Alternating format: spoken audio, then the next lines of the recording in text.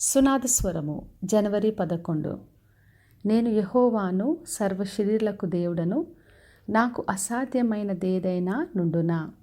ఇర్మియా గ్రంథము 32వ అధ్యాయము 27వ వచనము. కొన్నిసార్లు మన జీవితంలో పరిస్థితిని చూసినప్పుడు ఇది అసాధ్యము, ఇది జరగదేమో, ఎంత ప్రార్థించినా మార్పు రాదు, కుటుంబ పరిస్థితిలో మార్పు రాదు, పరిచర్యలో నేను ఎటువంటి మార్పును చూడలేను, ఇంకా చుట్టూన్న పరిస్థితి ఇలాగే ఉంటాయేమో అనుకునే పరిస్థితి ఉండొచ్చు. ప్రార్థిస్తాము, ఎదురు చూస్తాము, అలసిపోతుంటాం. అయితే దేవుడు ఈ రోజున వాగ్దానం చేస్తున్నాడు, నేనే యెహోవాను, నాకు అసాధ్యమైంది ఏదైనా ఉండునా అని చెప్పి ఒక ప్రశ్నతో కూడిన వాగ్దానం మనకు చేస్తున్నాడు. మరి ఆయన సర్వ శరీరులకు దేవుడు, సమస్తాన్ని సృష్టించే దేవుడు కాబట్టి మనతో మాట్లాడుతున్నాడు.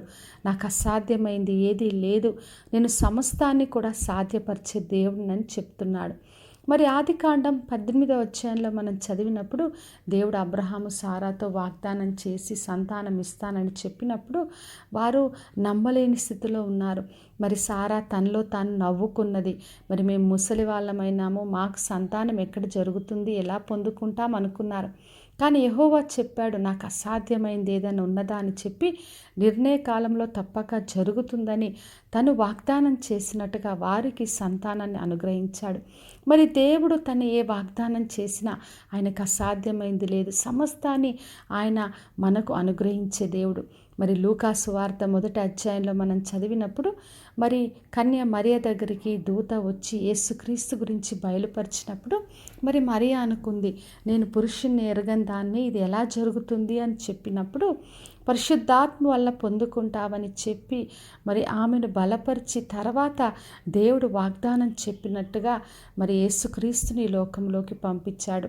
కాబట్టి నా ప్రియ సహోదరి సహోదర, దేవునికి అసాధ్యమైంది ఏది కూడా లేదు. ఆయన సమస్తాన్ని సాధ్యపరిచే దేవుడు. మన కుటుంబ విషయం కావచ్చు, పరిచర్య కావచ్చు, మన ఉద్యోగంలో, మన ఆరోగ్యం విషయంలో ఏదైనా కూడా ఏ స్థితి ఉన్నా ఆయన చేయుటకు సమర్థుడు. అందుకే వాక్యములో ఉంది, నమ్ముట నీ వలనైతే నమ్మువానికి సమస్తము సాధ్యమని. కాబట్టి విశ్వాసంతో దేవుడికి సమస్తము సాధ్యమని నమ్మి ఆయన నుండి గొప్ప కార్యాలు పొందుకుందాం. ప్రార్థన చేసుకుందాం. పరలోకమందున్న మా తండ్రి, మా దేవ, ఈరోజు ఇచ్చిన వాగ్దానం కొరకే వందనాలు.